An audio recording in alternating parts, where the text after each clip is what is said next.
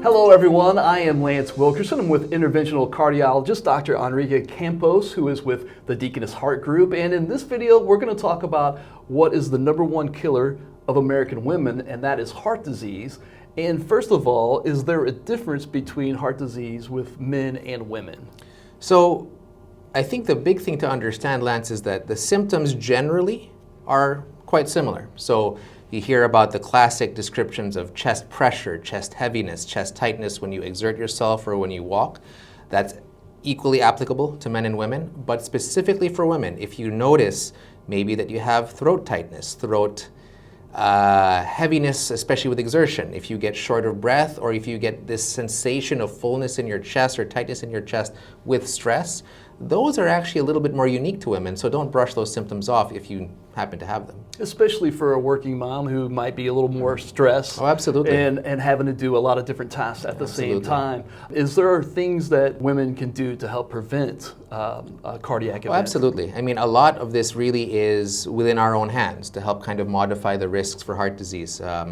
Control of diabetes, control of high blood pressure, definitely the avoidance of smoking or tobacco products. Trying to find a balance of diet and exercise in your life is fundamental to good heart health. All of these things are within our reach, within our power, and if by all means you can do things to reduce the risk of heart disease affecting your lifetime, it is a worthwhile investment. And for women of all ages that might be wondering or watching this, is there any specific facts you would want them to know?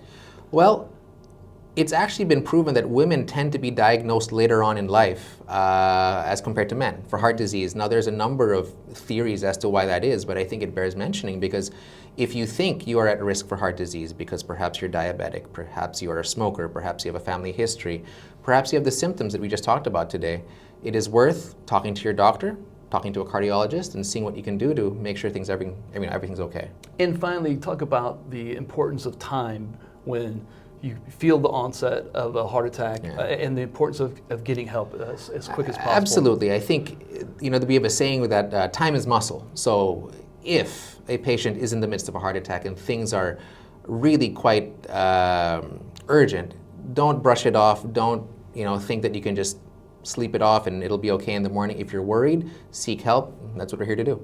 Okay. Thank you so much, Dr. Campos. Every time I talk with you, we learn a lot. I really appreciate it. We're lucky to have you with the Deaconess Heart Group. And he is accepting new patients. You can go to the website on your screen, deaconess.com/findadoc, and put in his name, Enrique Campos, or you can call the phone number on the screen. If you want to learn more about any of our cardiology at the Heart Hospital or the Deaconess Heart Group, you can go to our webpage at deaconess.com/heart. Thank you for watching and have a great rest of your day.